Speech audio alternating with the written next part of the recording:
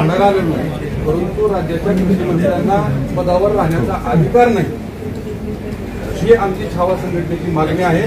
आम्ही आज प्राथमिक स्वरूपामध्ये आज तुम्हाला पत्ते आणलेले आहेत कृषी मंत्र्यांना, तुम्ही पत्ते द्यावे आणि त्यांना घरी बसून खेळायला सांगा.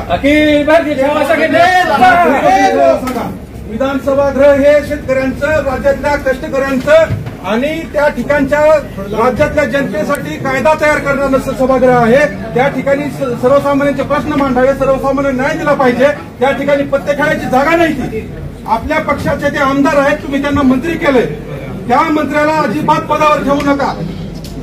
आपल्या पक्षाची प्रतिमा मलिन होत आहे त्या व्यक्तीमुळे. आमचं ही म्हणणं आहे. पण जे म्हटलेलं ते निवेदन आमचं, आणि तुम्ही तात्काळ त्याच्यावरती कारवाई. एक मिनिट, बरोबर आहे, तुम्ही थांबा ना, मी निवेदन आपण निवेदन स्वीकारून त्यांना तात्काळ कारवाई करावी. धन्यवाद. कृषी मंत्र्याचं कृषी मंत्र्याचं करायचं काय? कृषी मंत्र्याचं करायचं काय?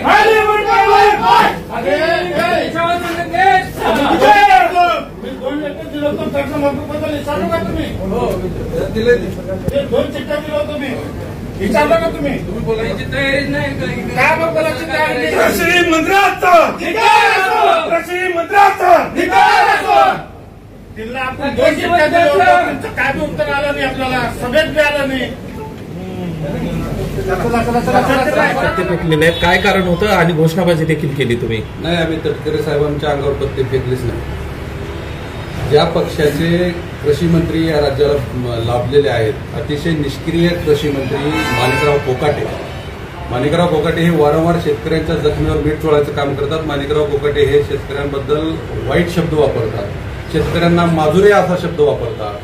आणि ज्या व्यक्तीवर राज्याच्या एवढ्या मोठ्या पदाची जबाबदारी आहे, शेतकरी हा देशाचा कणा आहे, आणि त्या राज्याचा कृषी मंत्री जर विधानसभागृहामध्ये अतिशय पावित्र्य असणारं सभागृह, त्याचं पावित्र्य जपलं पाहिजे, त्या सभागृहामध्ये जर पत्ते खेळत असतील तर आमचं संघटना म्हणून, छावा म्हणून, शेतकऱ्यांचे लेकरं म्हणून, शेतकऱ्यांचे पोरं म्हणून आमचं कर्तव्य आहे त्या पक्षाच्या अध्यक्षाला पत्ते आम्ही आज भेट दिले.